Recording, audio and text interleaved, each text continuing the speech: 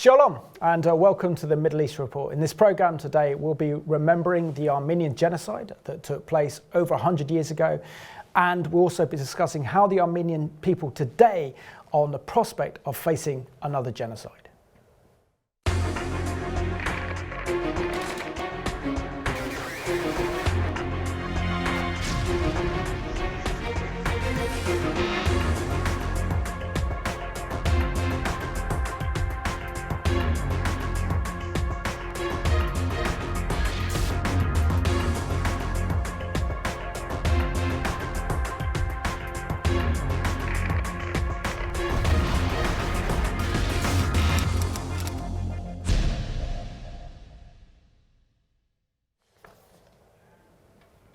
Well, welcome to the programme, and today's special guest is from West London. Her name is Annette Moskofian, and she is the chairperson of the Armenian National Committee here in the UK.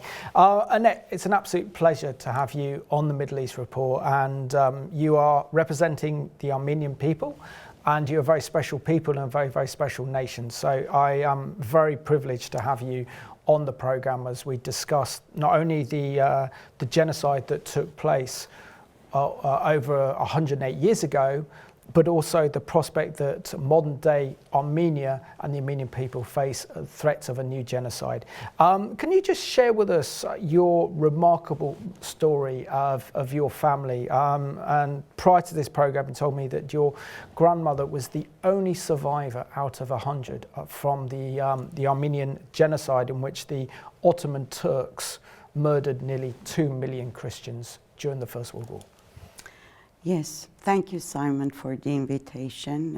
And you're correct. My grandmother, who passed away a few years ago, was a survivor of the Armenian Genocide. She was from the city of Mush in western Armenia, which is eastern Turkey now, occupied territory.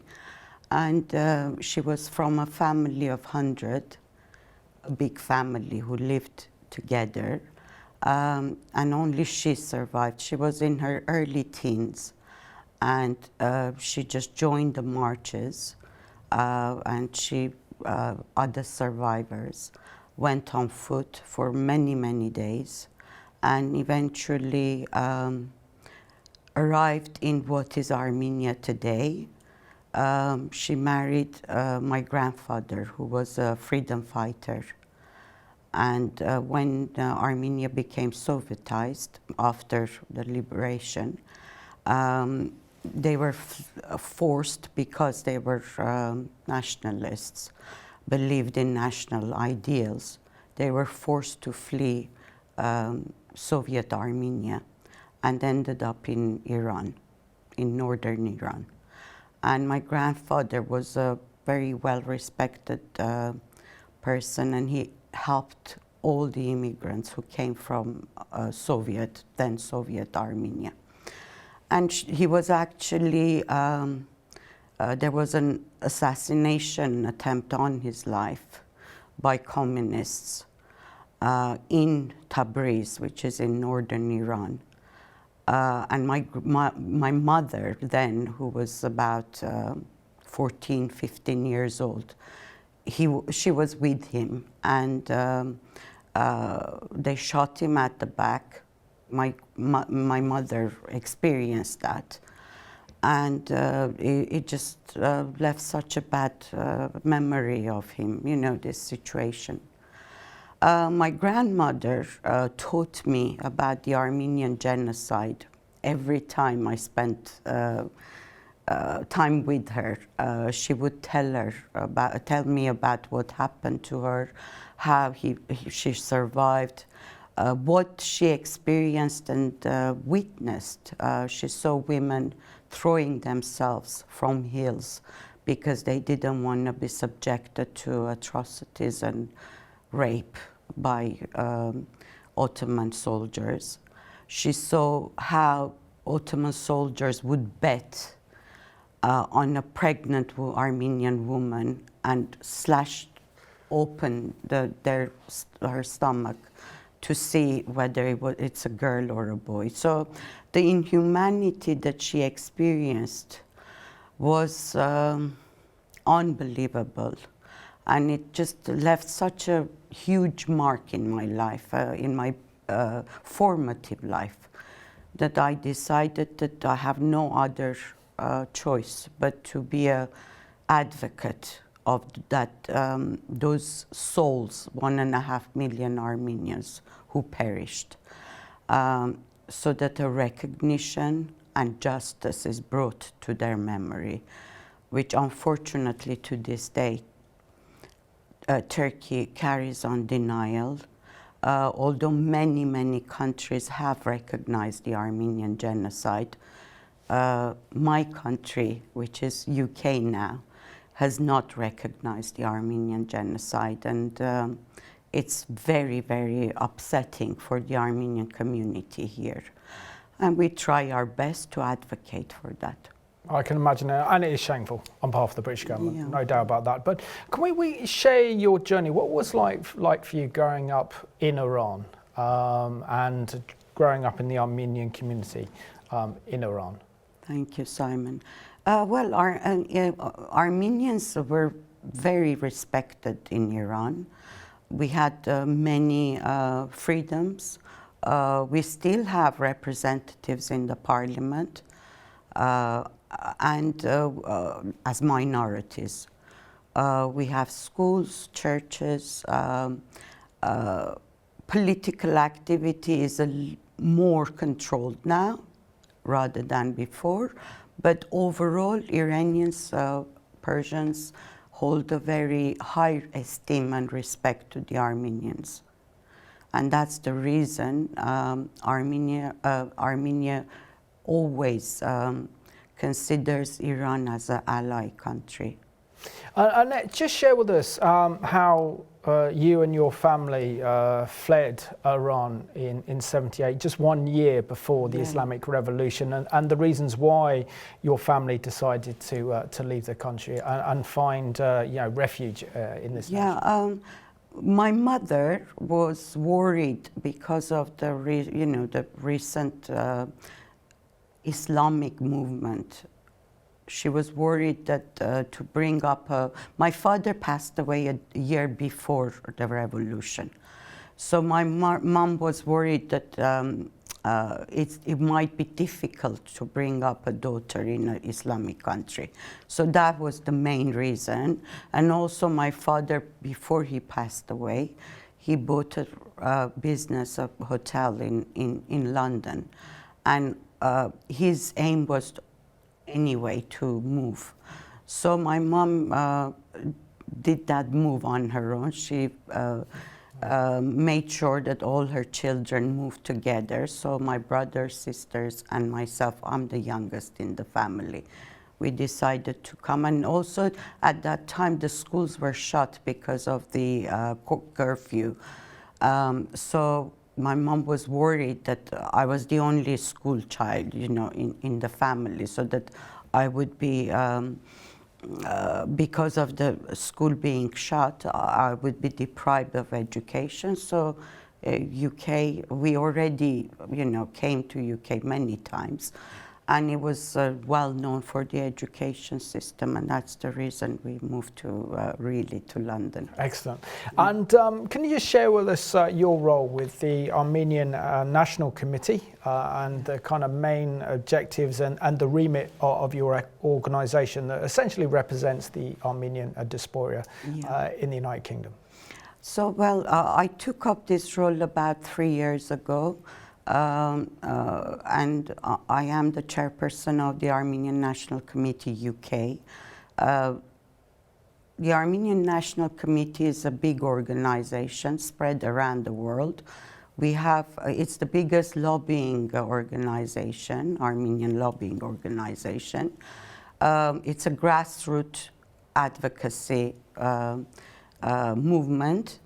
And we want to include all the community members in voicing what's important for the Armenians and the Armenian question.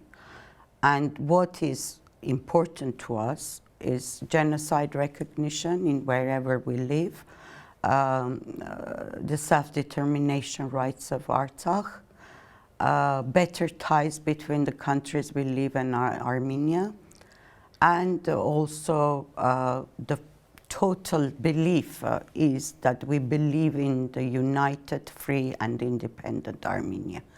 So those are the ideals that actually push our organization forward since many, many years ago, since diaspora was formed. And diaspora was formed mainly because of the genocide. Those who, survived just went all over the world. So the fact that we have such a big diaspora, just like the Jewish communities, is evidence to the fact that there was a mass atrocity, state-sponsored atrocity, crime, organized to eradicate wholly or partly a whole ethnic group or a race, which is the Armenians. Annette, we're recording this programme just prior to the Armenian Genocide Remembrance Day, and this programme will actually go out a few days after that, which is Monday the 24th of April. How significant is this day for the Armenian people, and how do Armenians in Armenia and in the diaspora remember this dark and sobering day for your people?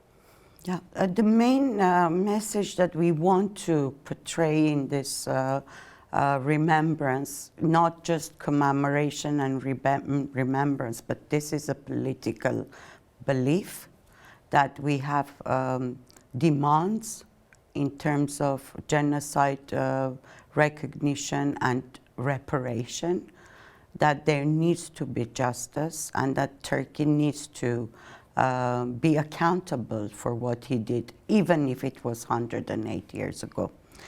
But so we do have march, the usual annual march wherever we are. We have it this year on 22nd of April, which is Saturday, and we are going to commemorate those who fell, and also remember also the danger that is facing Armenia, the existential danger that Armenians are facing right now. So it is the 108th anniversary of the Armenian Genocide, as you correctly said, but it's also the 115th day of the blockade of Artsakh, the Lachin corridors blockade. And it's also 40 days today since International Court of Justice ordered Azerbaijan to open the corridor, but it has not opened the corridor. There's been more aggression, and I will hopefully have a chance to give you a parallel between what Turkey did and what's Azerbaijan doing now. No, absolutely, Annette. Now, can you just share with us how the genocide started, which occurred in April 1915 with the Ottoman Turks as they entered on the side of the Germans during the First World War, and then carried out a systematic annihilation of over 2 million Christians, including, as you said, 1.5 million Armenians, together with Greeks and Assyrians as well, between 1915 and 1923. Can you just share with us what they did to your people and why they just wanted to commit genocide and crimes against humanity against the Armenians? Yeah. You need to look at this in the perspective of the Ottoman Empire at that time. Ottoman Empire was crumbling, and so many countries within the Ottoman Empire wanted to break away from it. And Armenians were the last remaining nation under control of Turkey at that time. Armenians were actually, at the beginning, they didn't want independence. What they wanted was fairer human rights, to be treated as normal, law-abiding citizens. They wanted to be taxed the same way as Turks were being taxed. They wanted a safer environment for their families and children in many highly populated Armenian villages and cities. So that's how when they, I mean, for years they were negotiating for this equal rights, which is a concept of any human being to have equal rights. But they were not able to do so, receive those rights. On top of that, they were subjected to constant terror, aggression, invasion, rapes, abductions, to the point that the men and women of those villages decided that enough is enough, we need to start our self-defense. Annette, just share with us the battle that your community's had for over a century now to get recognition of the Armenian genocide, and it's only been in the last few years that the US administration, America's recognized the Armenian genocide, European nations recognize the Armenian genocide now. Sadly, our nation doesn't, and that's shame on us. But also the fact that Turkey has been in complete denial, that the Turks have lobbied very hard, Western governments in particular, to try and keep this hush-hush. And you deserve justice, not only deserve justice, but also recompense for the crimes committed by the Ottoman Turks over 108 years ago. Yes, so as you know, at that time, they weren't international courts.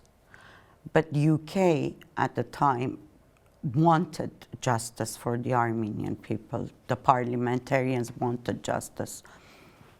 The ambassador of UK and many politicians did raise the alarm bells that Armenia needs justice and deserves justice. So they set up this court in Malta, because the local courts actually did find the main three perpetrators of the Young Turk to be guilty, but they had already fled the country. So they were not able to be brought to justice.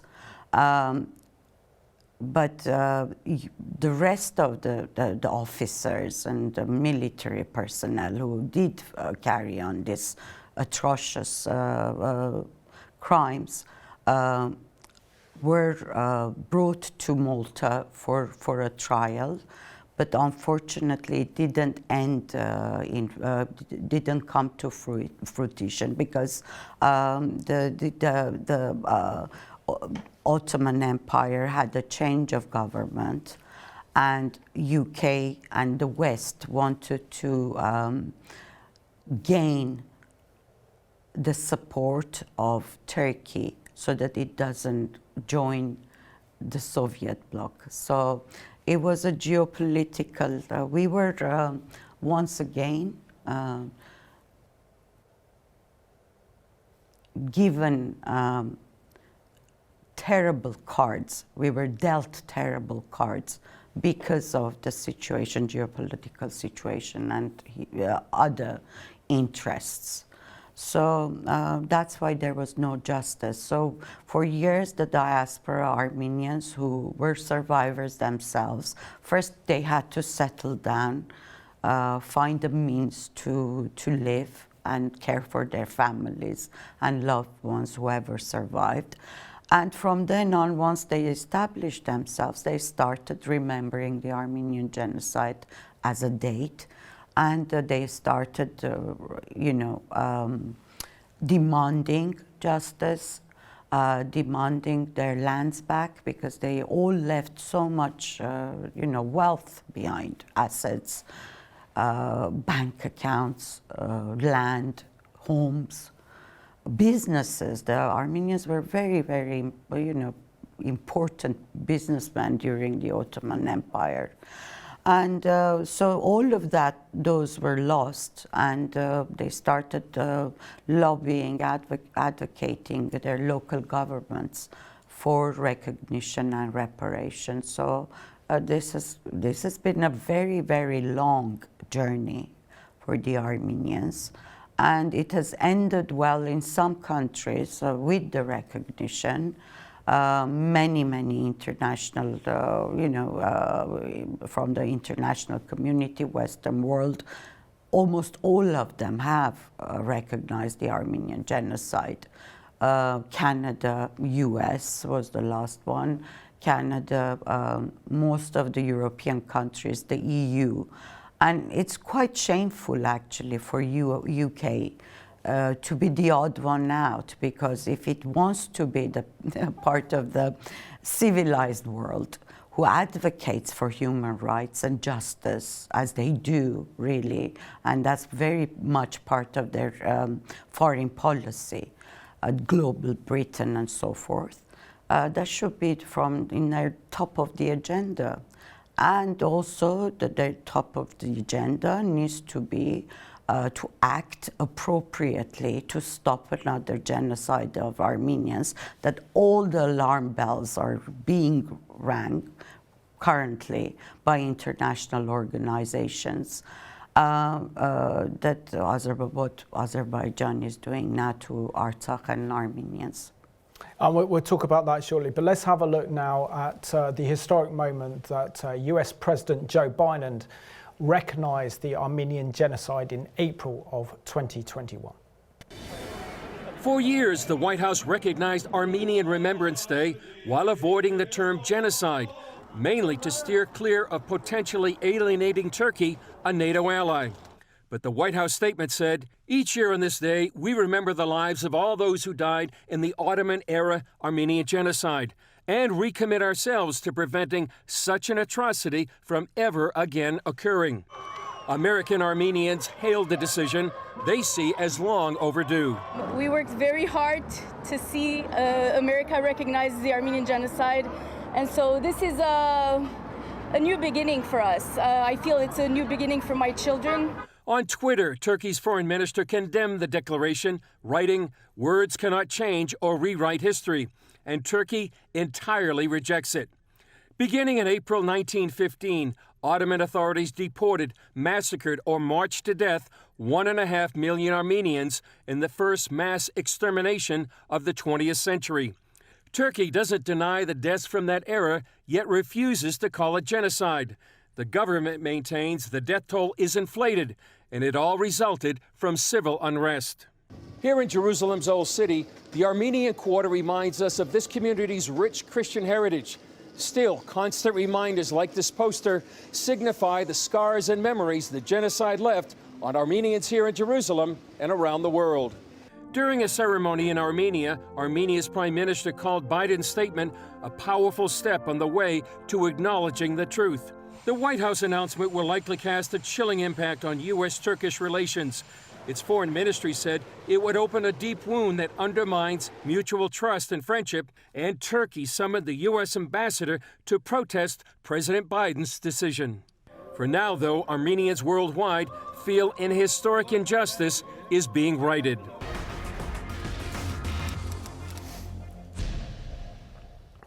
And now it's time for Britain to follow the lead of the United States, as we often do, and actually recognise the Armenian genocide took place over 108 years ago, and it's imperative that our foreign policy changes and recognises this historic ethnic cleansing, the biggest genocide against Christians in history. Share with us that your community has organised an all-party parliamentary group, Annette, on Armenia, set up in Parliament to lobby for your people to get justice and recognition of the Armenian genocide, but also to raise awareness and to protect the nation of Armenia that is in the Caucasus right now. Yes. Thank you, Simon. So yes, Biden recognition was one of the biggest awards for the Armenian community, especially the Armenian National Committee of US, because they had worked so hard to get that recognition for years. And with grassroots advocacy, they managed to get it through. And Biden was true to his promise before his presidency, because that was one of the promises. So we actually were encouraged with that news, and we wanted to get that message across here in UK. There has been, there've always been an all-party parliamentary group for Armenia in the parliament. But a few years there was inaction, and our old chairperson, who was a very good advocate for the Armenians, Labour Party MP Stephen Pound, retired. So there was this gap, and when we took over, I took over the ANC chairmanship, I felt that this is an area that we can really work and offer our services to the parliamentarians. So first of all, I want to tell you, we do all of this voluntarily. We are not paid by any organization or any government, or all my committee members, who are very, very devoted, work on voluntary basis. And so we decided that since the APPG has been inactive for years, we decided to relaunch it. And at the time, we had the help of John Whittingdale, MP, Conservative MP, who was one of the officers, previous officers. And we managed to, through his help and Baroness Cox's help, we managed to convince Tim Loughton, who was another Conservative MP, to take the chairmanship of the APPG. And we had our AGM, and all the officers were elected, and I was elected as the secretariat. So this is a good opportunity for us to be in direct contact with the parliamentarians. We have grown the numbers of the members. So we have from all parties and both houses membership in the APPG, and they have been an extremely powerful voice for the Armenians since the war started in 2020, which I hope I'll have a chance to talk about. Let's start now, because I think you've outlaid the context and historical context of the genocide against your people committed by the Ottoman Turks over 108 years ago, your fight for recognition, and of course, can you just give a little bit of historical context to the modern state that is Armenia, that gained its independence after the collapse of the Soviet Union, that yes, your nation became a free nation again, but it's surrounded strategically by very hostile Islamic nations, and your nation was the first nation ever to adopt Christianity as the official religion as well. So your nation has a deep-rooted Christian heritage as well. So share with us the modern context of Armenia since it's gained its independence in the early 90s to the war that took place in 2020 with Azerbaijan. Yes. So again, we need to look at the historic concept, perspective of that era. Armenia demanded its independence from the crumbling Soviet Empire because of Artsakh, because of Karabakh. What was happening there? There was a movement called the Karabakh movement started, and that made all Armenians rise up and demand justice, because there were so many injustices and human rights violations taking place in Artsakh that they wanted, equal righs and perspectives. So as the Soviet Union was crumbling, the Artsakh movement started, and that was such a wake-up call for national ideals for Armenia. And so that's why we became one of the first, I think, countries to become... so they were crumbling. Artsakh was was an oblast independent oblast. Was considered an independent oblast, although Stalin had given it to Azerbaijan, but it had kept its oblast format. So when they saw the population there was about over 250,000, maybe 300,000 at that time. When they saw that all the nations are demanding independence, they started,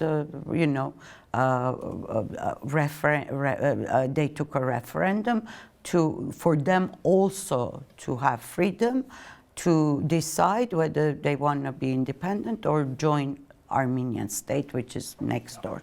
So that's how the whole situation started. But at the same time, in 1988, there were state-sponsored massacres of Azerbaijan in Sumgait, followed by, these are cities in Artsakh, followed by Kirovabad, and also then in Baku in 1990. So we have survivors from the Baku pogroms who are now, all over the world. And they testify to the fact that how overnight the authorities came, looked for Armenian identities. They asked the neighbors to, show them who the Armenians are. There were even signs outside their houses so that the next day the people can go and kill those Armenians. So these were, again, another state-sponsored, atrocities, killings, genocide that took place while the Soviet Empire was crumbling. So what happened was, to deter that happening, Armenians in Artsakh decided to have the right to defend themselves. So they started this liberation movement, the Artsakh movement, and the Armenians from Armenia also joined. And they fought. The war lasted nearly 6 years. It ended in 1994.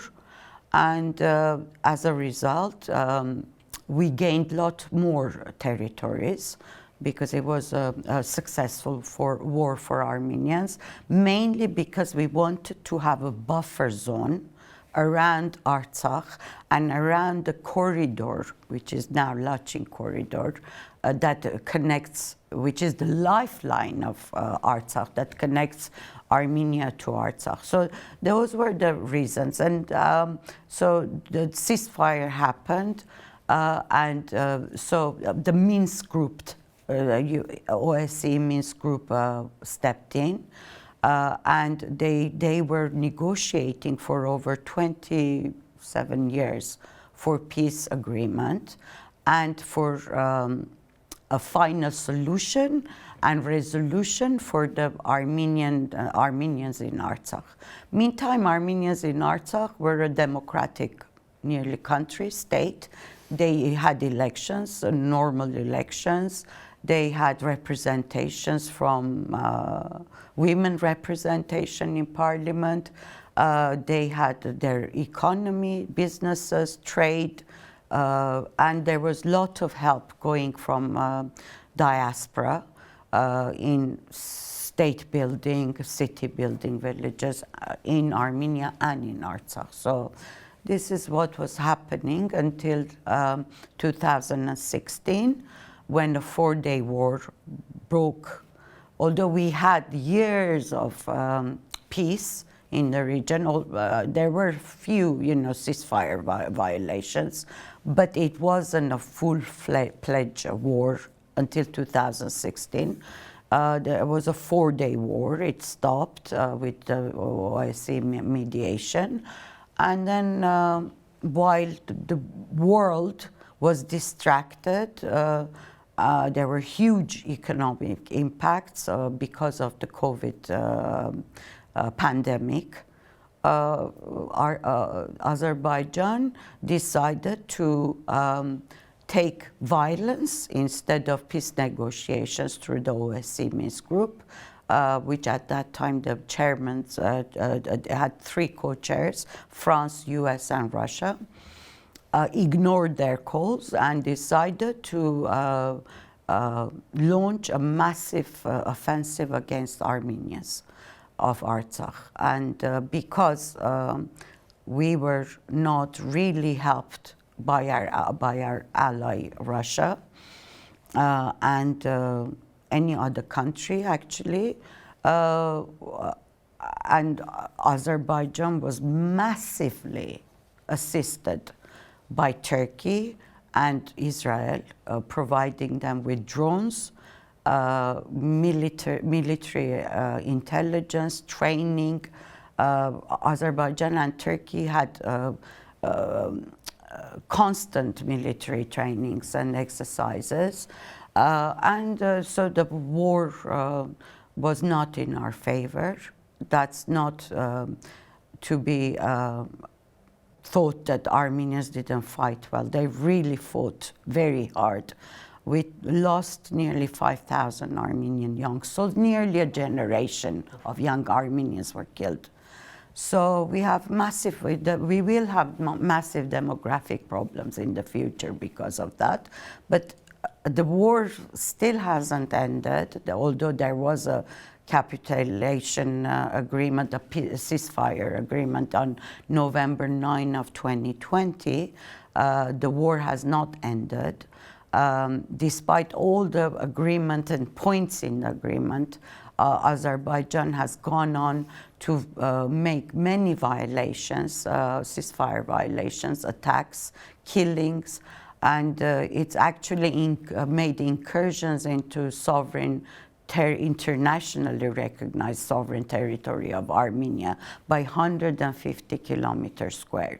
So this is not a fight about Artsakh anymore. This is another fight of eradication of Armenians from the map of that region.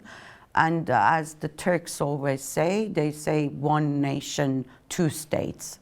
So Turkey and Azerbaijan are considered brothers, 1 nation, 2 state policy. So the genocidal policy of Turkey is now being carried out by Azerbaijan to the same points. Atrocities, denial, falsification of history, desecration and destruction of all Armenian religious sites. They did that during 1970s until 1990s in Nakhichevan, because that was another territory that was given to Azerbaijan by Russia, and they completely removed any site of this. Actually, there's a study in Cornell that says from 105 sites, religious sites, every one of them have been eradicated. So there's not a single Armenian left in that area. And there was a famous Stephen Sim, a Scottish explorer, who's gone many times there, and then he was stopped going and he was expelled from Nakhichevan. We took him to a parliament actually last year with another filmmaker, Ani Hovanesyan, and he was explaining what happened to all the religious sites that are centuries old. I mean, these are not new churches. These are, some of them date back from 3rd, 5th, 7th, 12th century. Well, so, of course, this is Azerbaijan wanting to kind of wipe out any historical connection to the and as we speak, I'm sorry to interrupt, as we speak, I mean, if you go on Google Map, all the names of the Armenian towns in Artsakh are being changed. Oh, that's horrific. I mean, within the last 2 years, they are very, very fast. By the time we start, arguing with Google that there's no resolution yet. Artsakh does exist, contrary to what Azerbaijan says. Azerbaijan has rejected the idea of Nagorno-Karabakh, and they have also rejected the idea of OSCE Minsk group. So they are not, they've stopped negotiating with them. And Russia, in a way, has taken kind of supremacy in these negotiations, unfortunately. So let's have a look at this excellent CBN news report that looks at the situation in Armenia, which is verging on a humanitarian catastrophe. Well, turning back to Europe, where Armenian Christians cut off from the outside world face desperate conditions. An ongoing blockade is preventing much-needed food, medicine, and other resources from reaching the territory of Nagrono-Karabakh. One Christian group that's sounding the alarm, fears that time is running out. CBN's Billy Hallowell reports. The situation is now very, very serious. Indeed, it has been said by people, it may indeed be an impending genocide. Those foreboding words from Baroness Caroline Cox, a prominent member of the UK's House of Lords, summarize the state of affairs in Nagorno-Karabakh. It's been more than a month since Azerbaijani protesters blocked the only road into this small, landlocked region, preventing the transport of food, medicine, and other essential needs. Well, I'm afraid it's a continuity of aggression by Azerbaijan against the Armenians. The little land of Nagorno-Karabakh was relocated by Stalin inside Azerbaijan, and Azerbaijan has been trying to carry out ethnic cleansing of the Armenians from there for a long time. As the blockade persists, the 120,000 predominantly Armenian Christians living there are suffering and pleading for assistance. The shortage of food is now getting desperate. The shortage of medicines is very, very serious, especially medicines like insulin for people with diabetes. And the transfer of patients from Karabakh into Armenia needing urgent medical treatment, that has been very, very much stymied. One has already died. So it is a very dire situation indeed. Gayen Belgarian's 4-year-old daughter Monica suffers from liver cancer. The mother recently sounded the alarm about her child being trapped inside Nagorno-Karabakh and risked missing life-saving treatment. We were frightened and we were really worried about this situation because her life depends on this treatment. After weeks of anxiously awaiting transport, the Red Cross helped the family exit. Still, Gayen warns that other ailing residents still need help. We have no necessary equipment, we have no doctors, and we have nothing because the road is blocked. We cannot go out. We don't have doctors who can come there and have a necessary treatment. Baroness Cox also warned about another element of the crisis, the potential destruction of Christian churches, historic landmarks, and entire cultures. This could be another stage of genocide, destruction of Christian people, destruction of Christian heritage, and we need to pray. The annihilation of Christians is very much part of the agenda of getting rid of the Christians, and that's one of the things that the Armenians are really worried about, because they will lose part of their unique Christian heritage. As the chaos continues, prayers for peace, ease tensions, and resolution are desperately needed. This is Billy Hallowell for CBN News.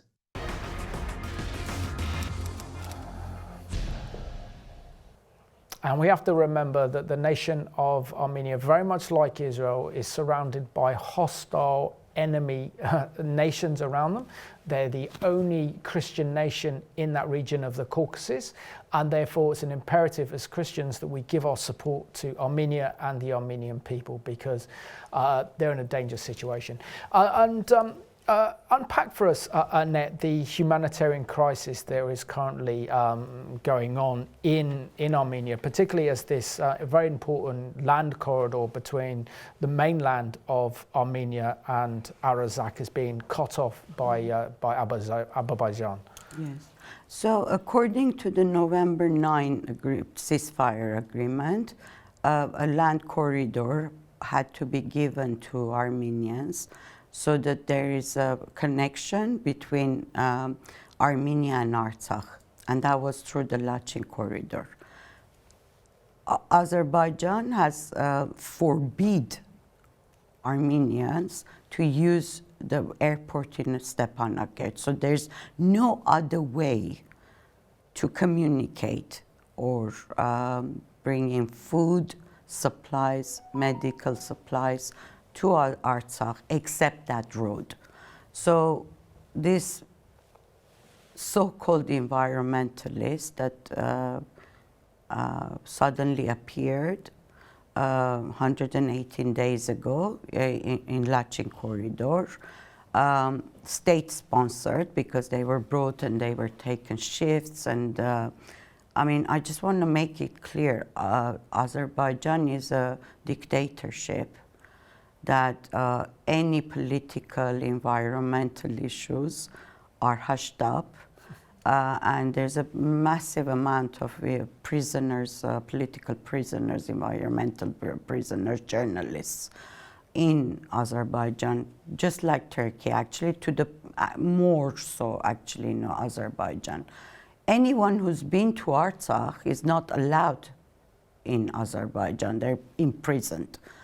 And during the war even, and now, they forbid international journalists to go and take account of what's actually happening.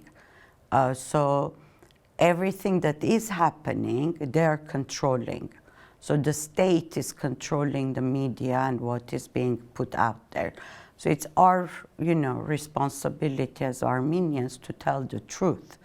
And there's one truth. Armenians are being suffocated in Artsakh.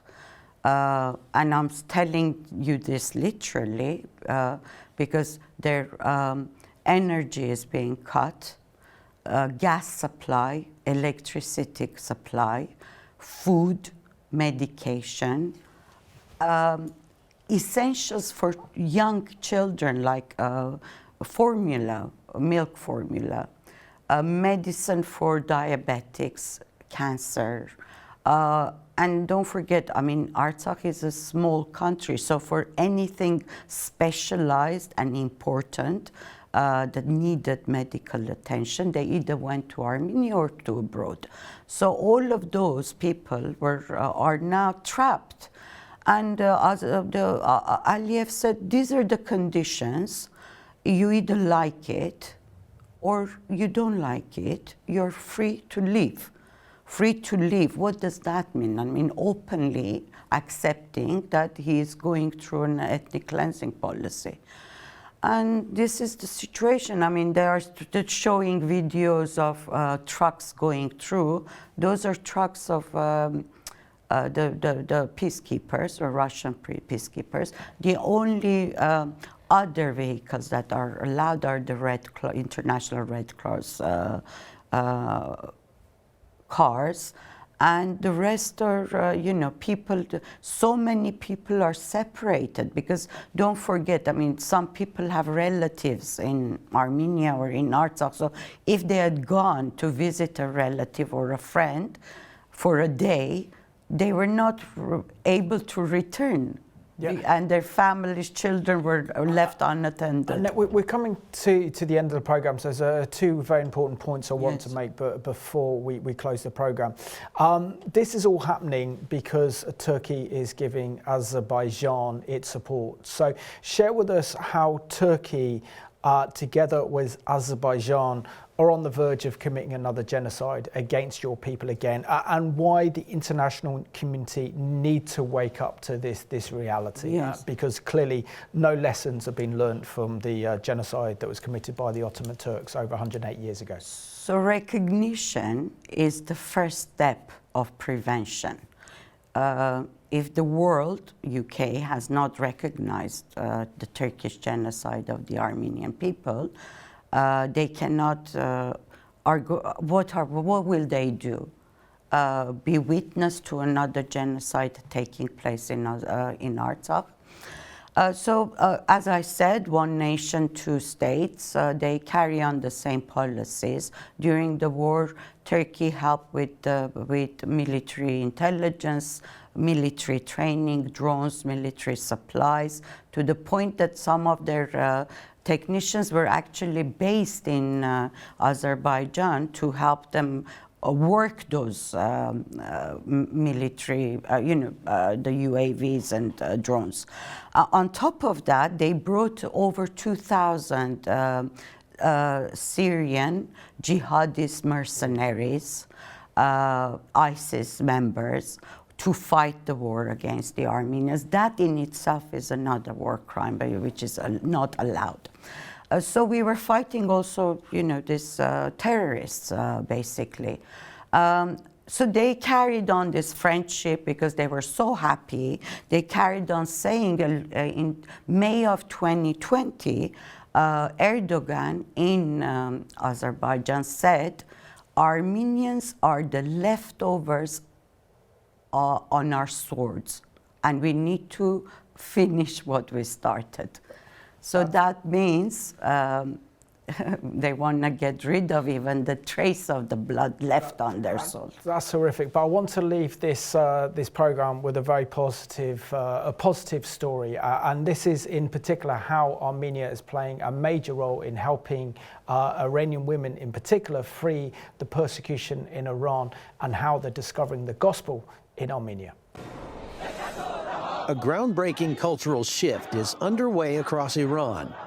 Months of protests against the regime have been brutally repressed by police, leaving more than 500 dead. Hundreds of girls' schools have seen their students hospitalized in a wave of poisonings. All the fear and uncertainty has left many looking for an escape.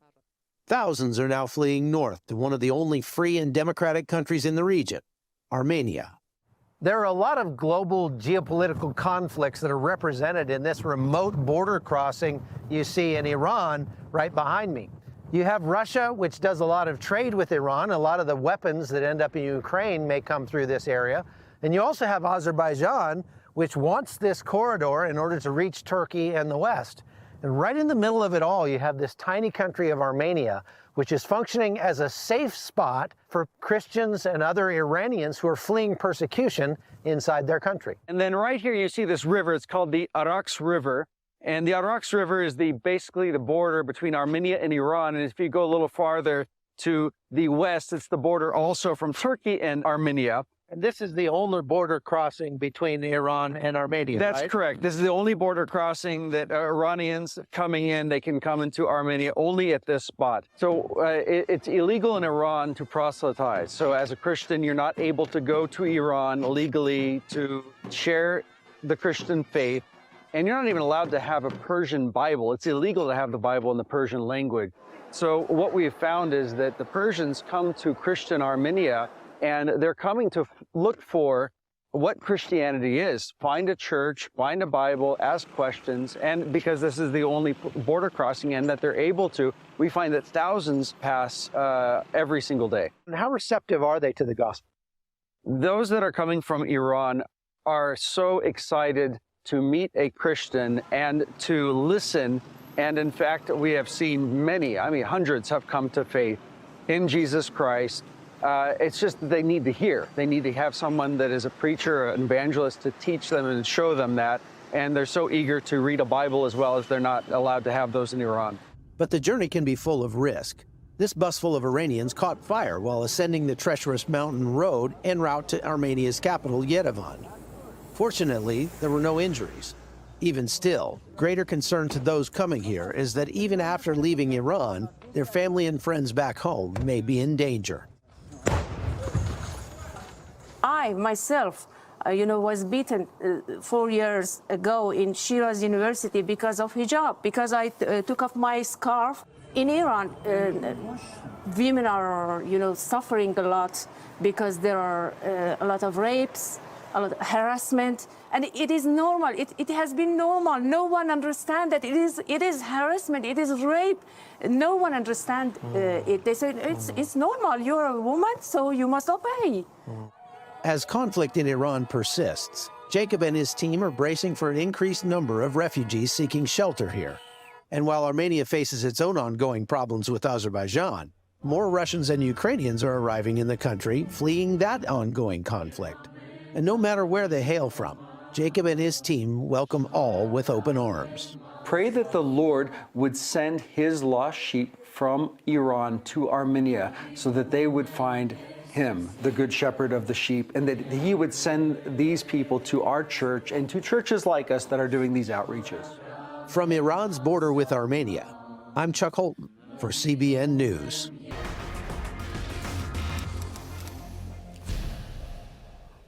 And we've got to remember that Armenia is it's a democratic country. It's the only Christian country in the region, and that's why she needs our support. We've got 2 minutes left of the programme, probably less than that, Annette, but our viewers watching, because last thing that anybody wants, particularly after everything that your community has gone through, is for another genocide to take place. So how can our viewers get involved and help the Armenian people fight off all these dangers that they're facing from the Turks, from Azerbaijan, but also getting recognition for the Armenian genocide? So yes, thank you, Simon. So looking at that clip, it's quite important that generally all aspects of that region is analyzed. There are huge human rights violations taking place in Azerbaijan and Turkey, even more so than in Iran. Iran is an ally country to us, but at the end of the day, we need international support. Annette, I just want to thank you so much for being my special guest on this week's Middle East Report, and I want to thank you for watching this programme at home. We can show international support for Armenia and the Armenian people by writing directly to our members of parliament regarding the critical humanitarian situation facing Armenia at the present time, but also to put pressure on the British government and the Foreign Office to actually recognise the Turkish role in the genocide against the Armenian people that occurred over 108 years ago. So let's continue to keep Armenia and the Armenian people on our prayers, and thank you for watching this week's edition of the Middle East Report.